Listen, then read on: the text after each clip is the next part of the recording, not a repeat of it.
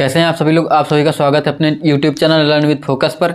हम लोग क्या पढ़ रहे थे, मैग्नेट विद क्लास 12th की फिजिक्स पढ़ रहे हैं, जिसमें मैग्नेट चैप्टर चल रहा था। आज पढ़ने वाले हैं कि प्रतिचुंबकीय पदार्थ क्या होते हैं, लौह चुंबकीय पदार्थ क्या होते हैं और अनचुंबकीय पदार्थ क्या होते हैं। तो देखो, सबसे पहले हमको पता है कि हमने सीखा था कि कोई भी पदार्थ क्या होता है, किससे मिलकर बना होता है। हमने कहा था कि नाभिक एटम से मिलकर बना होता है, और एटम्स किससे मिलकर बना होता है, न्यूट्रॉन, प्रोटॉन और इलेक्ट्रॉन। हमने देखा कि नाभिक के चारों ओर इलेक्ट्रॉन चक्कर लगाते थे, और वो क्या किसका निर्माण करते थे, मैग्नेटिक डायपोल का निर्माण करते थे। और हमने देखा था कि बहुत सारे एटम मिलकर क्या करते हैं, बहुत सारा चुंबकीय द्विध्रुव आघूर्ण बनाते हैं। और जितने भी चुंबकीय आघूर्ण बनाते हैं, हमने कहा हर एटम को, परमाणु को, अगर पूरा पदार्थ, मैंने पदार्थ की बात की, तो इसके अंदर बहुत सारे चुंबकीय आघूर्ण होते हैं। हम कहते हैं कि अगर उन परमाणुओं के अंदर बहुत सारे चुंबकीय आघूर्ण जो निरूपित होते हैं, सबकी दिशाएं अलग अलग होती। कोई अगर ऐसे घूम रहा है तो इसका चुंबकीय क्षेत्र ऐसे है। अगर बहुत सारे एटम्स, हमने कहा 10 लाख एटम्स थे, उनके अंदर ये इस डायरेक्शन में घूम रहे थे। अगर ये ऐसे घूम रहे होंगे इनके अंदर के इलेक्ट्रॉन, तो चूंकि इलेक्ट्रॉन मैग्नेटिज्म क्यों दिखाता है, क्योंकि वो रोटेशन भी करता है और स्पिन भी करता है। तो वो अपनी स्पिन के कारण क्या बनाता है, चुंबकीय आघूर्ण बनाता है। तो जब ये ऐसे घूम रहे होंगे तो ऐसा मैग्नेटिक फील्ड जा रहा होगा, कुछ ऐसे घूम रहे होंगे, इनका ऐसा जा रहा होता, कुछ ऐसे घूम रहे होते और इनका मैग्नेटिक फील्ड ऐसे होता है।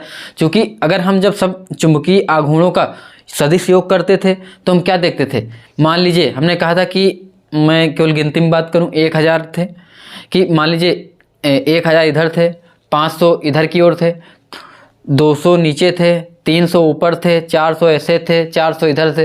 तो अगर ऐसी कंडीशन हो तो पदार्थ का जब मैं चुंबकीय आघूर्ण टोटल निकालूंगा तो क्या करेगा, 1000 इधर वाले को इधर निरस्त कर देगा, 200 इधर वाले को इधर निरस्त कर देगा, 300 इधर वाले को 300 इधर का चुंबकीय आघूर्ण क्या कर देगा, निरस्त कर देता है। तो इस प्रकार इस पदार्थ में चुंबकीय आघूर्ण क्या पाया जाता है, शून्य पाया जाता है।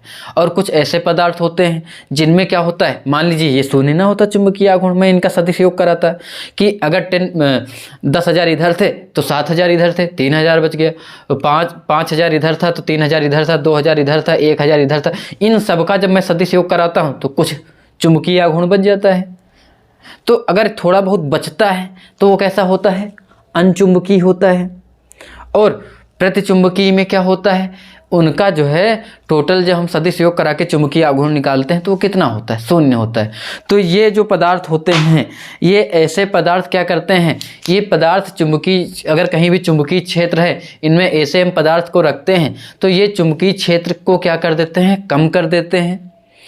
चुंबकीय क्षेत्र को क्या कर देते हैं, कम कर देते हैं। अर्थात ऐसे पदार्थ जिनकी उपस्थिति से चुंबकीय क्षेत्र क्या हो जाए, कम हो जाए, ऐसे पदार्थ तो हम क्या कहेंगे। इसको सबसे पहले किसने परिभाषित किया था, तो उनके आधार पे हमने क्या कहा कि पदार्थ कितने प्रकार के हम चुंबकीय में लिखेंगे। पहला लिखेंगे कौन सा, प्रतिचुंबकीय पदार्थ।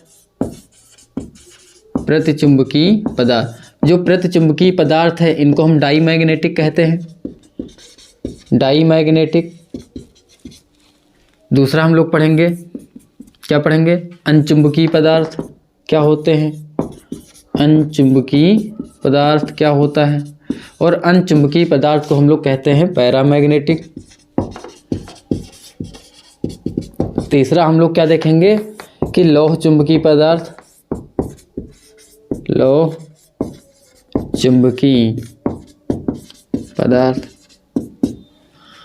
तीसरा हम कौन सा पढ़ेंगे, लौह चुंबकीय पदार्थ। तो पदार्थ की प्रकृति के आधार पे इनको 3 भागों में इन्होंने बांट दिया था। कौन कौन सा, प्रतिचुंबकीय पदार्थ, अनचुंबकीय पदार्थ और लौह चुंबकीय पदार्थ। तो लौह चुंबकीय पदार्थ की बात हम सबसे लास्ट में करेंगे, पहले ये दो देख लेते। मैंने कहा जो प्रतिचुंबकीय होंगे इनका टोटल जो चुंबकीय आघूर्ण सदिश ऐसे सामान्य अवस्था में कराते हैं तो कितना हो जाता है, शून्य हो जाता है। इसमें कुछ बचा रहता है, इसलिए थोड़ा बहुत ये चुंबकत्व को दिखाते हैं, लेकिन सामान्य अवस्था में कोई चुंबकत्व नहीं दिखाता है। लेकिन हाँ, इनकी उपस्थिति से ये अगर किसी चुंबकीय क्षेत्र, मैंने कहा है एक मैंने नर्म लोहे की एक परिनालिका ली, उसमें चुंबकीय क्षेत्र को उत्पन्न किया, वो अगर उसके पास ही रखा जाएगा तो ये चुंबकीय क्षेत्र को बढ़ा देगा। लेकिन बहुत कम बढ़ाता है, बहुत कम उच्च कोटि बढ़ता है, तो इस कारण बहुत ज़्यादा उपयोगी नहीं होते हैं, लेकिन होता है। और ये क्या करते हैं, चुंबकीय क्षेत्र में अगर किसी भी चुंबकीय क्षेत्र में बार मैग्नेट के सामने रखेंगे तो ये उसके चुंबकीय क्षेत्र को क्या कर देगा, घटा देगा। तो मैं जब इस पदार्थ की बात करता हूँ, ये क्या करते हैं, मान लीजिए ये चुंबकीय क्षेत्र चुंबकीय पदार्थ रखा हो, कौन सा पदार्थ रखा हो, प्रतिचुंबकीय पदार्थ। तो ये इनसे जो चुंबकीय क्षेत्र ऐसे जा रहा होता है, ये दूर हो जाता है, ये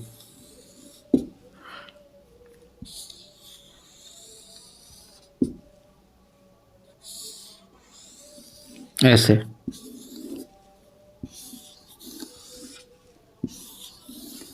ऐसे समझ लो, कुल मिला के समझ में आ ही रहा होगा ये।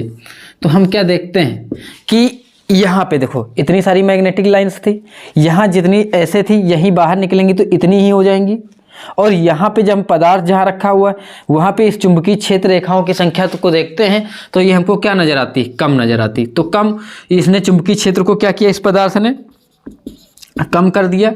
जैसे ही इस पदार्थ की उपस्थिति हुई, इसने चुंबकीय पदार्थ को क्या कर दिया, कम कर दिया। तो ऐसे पदार्थ कौन से, जो जिनकी उपस्थिति से क्या हो जाए, जिनकी उपस्थिति से चुंबकीय क्षेत्र का मान घट जाए, तो हम कहेंगे ये क्या होते हैं, कौन से होते हैं, प्रतिचुंबकीय होते। अच्छा, होता क्यों है, क्योंकि देखो मैंने कहा कि ये सब घूम रहे थे और इनका समाप टोटल पहले 0 था, लेकिन जब मैंने पास में एक कोई मैग्नेट रखा, चुंबक रखा, तो ये चुंबकीय क्षेत्र लाइंस इससे होकर जाना चाहेंगी।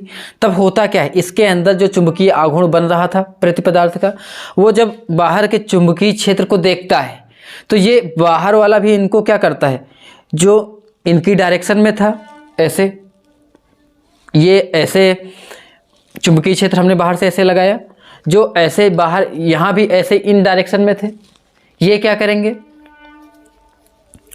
जब मैं इसको ऐसे लगाऊंगा तो उनकी ही दिशा मिल जाएगी, तो बढ़ सकते थे लेकिन नहीं बढ़ता है। क्यों, क्योंकि ये मैटर की प्रॉपर्टी होती है, इसको हम इनर्शिया कह सकते हैं, या एक हम लेंज के नियम जब हम आगे पढ़ेंगे तब सीखेंगे कि जैसे ही ये इसके अंदर के चुंबकीय क्षेत्र को अपनी दिशा वाले को लेने चाहेगा तो ये पदार्थ क्या करता है, अपनी पुरानी ही, हर पदार्थ की व्यवस्था प्रकृति होती है, हर नेचर की व्यवस्था ही ऐसी होती है कि वो अपने परिवर्तन का विरोध करना चाहती है। तो ये जैसा था वैसा ही रहना चाहेगा। तो मैं जब इसके चुंबकीय क्षेत्र बाहर से जो लाइंस जाती हैं, जो इनकी विपरीत दिशा में था वो तो इस वाली लाइंस को काटेगा, जो इनकी डायरेक्शन में था वो जुड़ सकता था, लेकिन जैसे हम बाहर चुंबकीय क्षेत्र लगाते हैं, ये मटेरियल क्या करता है, ये मटेरियल तुरंत ये करता है कि जो इनकी डायरेक्शन में था, जो इनकी डायरेक्शन में जा रही थी, मान लीजिए मैंने बाहर से 1000 लगाया, इनकी डायरेक्शन में मान लीजिए पहले 300 जा रही थी, ये तुरंत अपनी उस 300 को कम कर देता है, 200 कर देता है। और जो इनकी विपरीत मान लीजिए 100 थी, विपरीत कितनी थी, 100, तो इस 100 को ये तुरंत बढ़ा देता है, 500 कर देता है। अब बताओ, ये 500 हुआ, 1000 ऐसे जा रही थी, 500 से 1000 से 500 हमने घटाया, कितना बचा, 500। डायरेक्शन में कितनी थी, 200 मान लो, तो कितना बचा, टोटल 700 हुआ। लेकिन हमने कितना बाहर का लगाया था चुंबकीय क्षेत्र, 1000, बचा कितना, 700। मतलब कहने का मतलब एक उदाहरण हो गया कि ये अपनी उस परिवर्तन का विरोध करने के कारण लेंज के नियम से ये क्या करता है, जो चुंबकीय क्षेत्र होता है, जो विपरीत दिशा में होते हैं उनको बढ़ा देता है, जो उनकी दिशा में होते हैं उनको कम कर देता है, और इस प्रकार ये चुंबकीय बाहर के नेट चुंबकीय क्षेत्र को अपने अंदर क्या कर देता है, कम कर देता है। ठीक, तो जो ऐसे पदार्थ होंगे ये कौन से कहलाएंगे, प्रतिचुंबकीय पदार्थ कहलाएंगे। तो हम प्रतिचुंबकीय पदार्थ में क्या लिखेंगे कि ऐसे पदार्थ जिनकी उपस्थिति से चुंबकीय क्षेत्र का मान क्या हो जाता है, कम हो जाता है। ऐसे पदार्थ क्या लिखेंगे, ऐसे पदार्थ जिनकी उपस्थिति से चुंबकीय क्षेत्र का मान कम हो जाता है। ऐसे पदार्थ जिनकी उपस्थिति से क्या होता है, चुंबकीय, अच्छा कम क्यों होता है ये आपको समझ में ही आ गया होगा, चुंबकीय क्षेत्र का मान कम हो जाता है। ये पदार्थ उच्च चुंबकीय क्षेत्र से निम्न चुंबकीय क्षेत्र चुंबकीय क्षेत्र में जाने का प्रयास करते हैं। अच्छा, जो हमने ससेप्टिबिलिटी पढ़ी थी चुंबकीय प्रवृत्ति, उसके आधार पे भी डिफाइन करते हैं। तो हमने इसमें देखा था कि इनका जो चुंबकीय आघूर्ण मैंने पढ़ा, उनका जो हम टोटल कराते थे सामान्य अवस्था में कितना होता था, 0, है ना। तो हमने कल फार्मूला क्या पढ़ा था, साई इक्वल टू क्या होता था, म्यू आर माइनस 1, जहाँ साई क्या होता था, चुंबकीय प्रवृत्ति होती थी, ये रिलेटिव परमेबिलिटी थी -1। तो चूंकि निर्वात में 1 होती थी, लेकिन हम कह दें कि जब पदार्थ की ये ससेप्टिबिलिटी ये अगर कितना होता है, 1 से कम होता है, लेस देन 1 ज़्यादा होता है, और ये 1 मिनट, म्यू आर जो है 1 से क्या होता है, छोटा होता है, तब इसकी वैल्यू कितनी आती, साई की वैल्यू कैसी आती, नेगेटिव आती। तो यहाँ पे यही होता है, क्या होता है कि इसमें जो है साई की वैल्यू कैसी होती है, नेगेटिव हो जाती है। ठीक है, कैसी होती है, एनसीआर उदाहरण ले लेता हूँ यहाँ पे, प्रतिचुंबकीय का कापर का ले लेता हूँ। किसका ले लेता हूँ, कापर। मैं अगर कापर की छीलन को, ये मैं 2 मैग्नेट को रखता हूँ ऐसे, इसमें कापर की छीलन को एकदम ले लें, चूरा करके ऊपर से गिराना चालू करें, तो या कोई लिक्विड फॉर्म में होता, ये केवल मैं कागज उसकी छीलन की बात करता हूँ, मैंने एन लगाया, एस लगाया, ये इतने निकट रखे हुए हैं। जब कोई मैग्नेट बहुत पास होते हैं तो उनके बीच मैग्नेटिक फील्ड ज़्यादा होता है। मैं इसको थोड़ा सा पहले समझा देता हूँ। जैसे जब ये बहुत पास होते हैं, तब ये जो इनसे लाइंस निकलती हैं, ये दूर जितनी भी लाइंस होती हैं, ये क्या होती हैं, एकदम पास में सटती चली जाती हैं, ऐसे बीच में, जो भी समझो, बीच में जो है मैग्नेटिक फील्ड सघन हो जाता है, फिर इनमें दूर दूर होता है, ऐसे बीच में कैसा होता है, सघन। बीच में गंदा मैंने बना लिया, समझ जाना। तो जब पास में रखा होता तो ऐसी कंडीशन होती कि बीच में जो मैग्नेटिक फील्ड है वो कैसी होती है, हाई होती है। बीच में चुंबकीय क्षेत्र रेखाएं क्या होती हैं, बहुत ज़्यादा होती हैं। और जब बीच में बहुत ज़्यादा होगा, तो अगर हम ये समझ लें कि अगर चुंबक बहुत पास में रखे हुए हैं तो ये बीच में चुंबकीय क्षेत्र बहुत ज़्यादा होगा, इन पे किनारों पे कम होगा। और अगर इनकी दूरी को हम बढ़ा दें तो बीच में कैसा हो जाएगा, वीक हो जाएगा, कमज़ोर हो जाएगा। अगर तो मैं पहली बार यही मानता हूँ कि मैंने ऐसा रखा है, इस बार इतना पास कि बीच में मैग्नेटिक फील्ड क्या है, ज़्यादा है। ठीक, बीच में चुंबकीय क्षेत्र क्या है, ज़्यादा है। जब मैं बीच में चुंबकीय क्षेत्र ज़्यादा है तब क्या होगा, मैं लोहे की छीलन लेता हूँ तो ये क्या होता है कि जब मैं सबको बराबर ऐसे डालता हूँ, लेकिन मैंने क्या देखा है कि ये पदार्थ उच्च चुंबकीय क्षेत्र से निम्न चुंबकीय क्षेत्र की ओर जाना चाहेंगे, तो इधर कम है, इधर कम है और बीच में ज़्यादा है। तो ये बीच में जो जब ज़्यादा होता है तो ये क्या करते हैं, यहाँ चलना चालू कर देते हैं और ये ऐसे उठ जाता है। क्यों, ऐसा क्यों हुआ, क्योंकि बीच में जो है चुंबकीय क्षेत्र ज़्यादा था और ये ज़्यादा से क्या होते हैं, हटते हैं। तो ये कौन से पदार्थ हो गए, प्रतिचुंबकीय हो गए। क्यों, क्योंकि ये उच्च चुंबकीय क्षेत्र से निम्न चुंबकीय क्षेत्र की ओर जाना चाह रहे हैं। अगली बार मैं इन चुंबक को दूर में रखता हूँ तो बीच में मैग्नेटिक फील्ड कम हो जाएगा, किनारे यहाँ ज़्यादा होगा।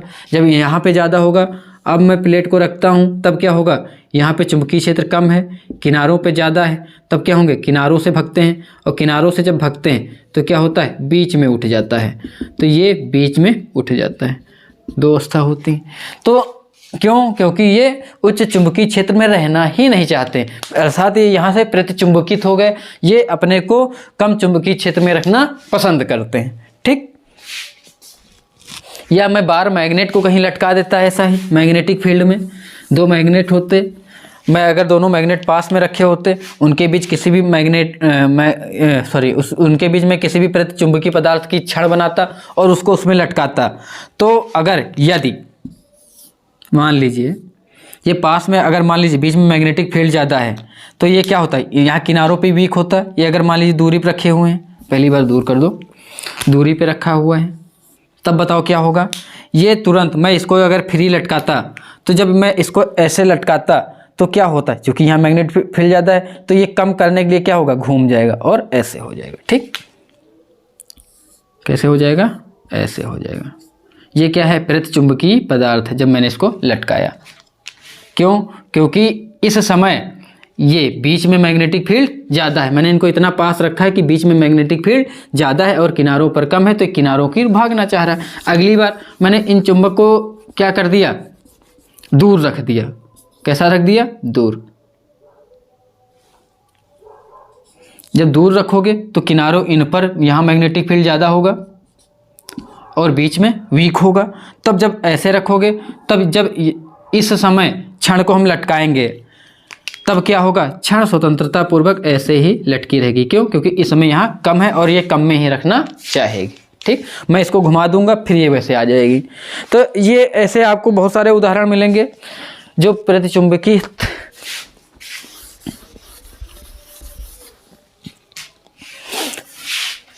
तो ससेप्टिबिलिटी के आधार पे देखते हैं कि किसकी ससेप्टिबिलिटी कैसी होती है। तो प्रतिचुंबकीय पदार्थ की ससेप्टिबिलिटी कैसी होती है, नेगेटिव होती है। और इसके बाद अगला देखते हैं, कौन सा पदार्थ देखेंगे, दूसरा पैरामैग्नेटिक। दूसरा हम लोग कौन सा देखेंगे, पैरामैग्नेटिक या अनचुंबकीय। अनचुंबकीय पदार्थ क्या होंगे, ये चुंबक, इनकी उपस्थिति से ना, ऐसे पदार्थ जिनकी उपस्थिति से, ऐसे पदार्थ जिनकी उपस्थिति से क्या हो जाए, चुंबकीय क्षेत्र बढ़ जाए। ऐसे पदार्थ जिनकी उपस्थिति से चुंबकीय क्षेत्र क्या हो जाए, बढ़ जाए। ऐसे पदार्थ जिनकी उपस्थिति से चुंबकीय क्षेत्र बढ़ जाए, ये कौन से पदार्थ होंगे, ये होंगे। ठीक, अनचुंबकीय, जिनको हम लोग पैरामैग्नेटिक सब्सटेंस कहते हैं। ठीक है, तो इनमें क्या होता है मैंने समझा ही दिया, वही डोमेन पर, वो कौन डोमेन प्रभाव पढ़ेंगे लौह चुंबकीय पदार्थ में। तो अभी इसमें हम क्या देखते हैं कि चूँकि अनचुंबकीय पदार्थ में मैंने बताया था थोड़ा बहुत चुंबकीय आघूर्ण एक डायरेक्शन में होता है, लेकिन जब चुंबकीय क्षेत्र आरोपित करते हैं तब क्या होता है, जो उनकी डायरेक्शन में होते हैं चुंबकीय आघूर्ण, उनकी संख्या और बढ़ जाती। पहले अगर 100 बचे थे, टोटल मैंने सदिश योग किया 100 बचा हुआ था उनकी डायरेक्शन में, मैंने बाहर से 1000 का मैग्नेटिक फील्ड लगाया, ये पहले 100 थे, यहाँ से 300 और बढ़ गए, इनकी डायरेक्शन में पहले 300 और बढ़ गए, टोटल इनके पास 400 हो गए, और बाहर से 1000 लगाया तो बना दिया 14। तो ये ऐसा होता है कि इनके अंदर का जो मैग्नेटिक फील्ड और बढ़ जाए, उसमें कम हो जाता था। बात समझ पाए। तो ये चुंबकीय आघूर्ण की प्रकृति पे हमने देख लिया कि इनकी व्याख्या कैसे होती है, वो भी हमने समझ लिया है। इनके उपस्थिति से क्या होता है, चुंबकीय क्षेत्र, लेकिन इतना भी नहीं पड़ता कि ये यूज में आए। तो यूज में कौन सा आता है, लौह चुंबकीय पदार्थ आता है, उसके बारे में हम लोग सीखना चालू करेंगे। तो इसमें थोड़ा सा एक चीज़ और देखेंगे कि मैग्नेटिज्म क्या होता है, कि हम लोग अक्सर देखते हैं कि क्या, कि पदार्थ के टेम्परेचर को प्रति, जो तुम्हारे अनचुंबकीय पदार्थ होते हैं, इनका मैग्नेटिज्म, चुंबकत्व कितना है, अगर M हो, और अगर मैं इनको गर्म करना चालू करूं, टेम्परेचर बढ़ाना चालू करूं, तो इनका मैग्नेटिज्म क्या होता है, घटता है। घटने का मतलब क्या होता है, व्युत्क्रमानुपाती होता है। तो हम क्या पढ़ेंगे कि अनचुंबकीय पदार्थ का चुंबकत्व क्या होता है, उसके, या किसी भी पदार्थ का चुंबकत्व उसके परम ताप के क्या होता है, व्युत्क्रमानुपाती। क्यों, क्योंकि हमने पढ़ रखा है कि जब भी हम टेम्परेचर बढ़ाते थे उनका चुंबकत्व क्या होता है, कम हो जाता है। तो यहाँ भी मैग्नेटिज्म कम होता है। और मैं इनको जोड़ के लिखूंगा दोनों को, तो हमको क्या नजर आएगा, मैं प्रोपोर्शनल का मार्क हटाता हूँ तो कोई ना कोई क्या आता है, कांस्टेंट आता है। यहाँ बी, तो बी भी प्रोपोर्शनल में होता है, तो मैंने B0 भी लगा दिया। क्यों, क्योंकि मैग्नेटिज्म बी के डायरेक्टली प्रोपोर्शनल होता है। चुंबकीय क्षेत्र बढ़ाते थे, मैग्नेटिज्म बढ़ता था। अभी मैंने देखा चुंबकीय क्षेत्र को मैंने बढ़ाया, इसके अंदर का मैग्नेटिज्म, चुंबकत्व क्या हुआ, बढ़ा। सी, जहाँ पे ये सी क्या है, इसको हम लोग कहते हैं क्यूरी नीतांक। क्या कहते हैं, कौन सा नीतांक है, क्यूरी नीतांक। और इस पूरे को हम कहते हैं क्यूरी का नियम। किसका नियम है, क्यूरी का नियम। ठीक, ये आपको पता होना चाहिए। इसके बाद कि जब भी हम टेम्परेचर बढ़ाएंगे तो उसका मैग्नेटिज्म कम हो जाएगा, ये याद रखेंगे। कल हम लोग पढ़ेंगे लौह चुंबकीय पदार्थ क्या होते हैं, फेरोमैग्नेटिज्म क्या होता है, और बाकी इसको एक बार और डिफाइन करेंगे। तो आज की क्लास को यहीं समाप्त करते हैं। आप सभी के उज्जवल भविष्य की ढेर सारों शुभकामनाओं के साथ शुभ रात्रि।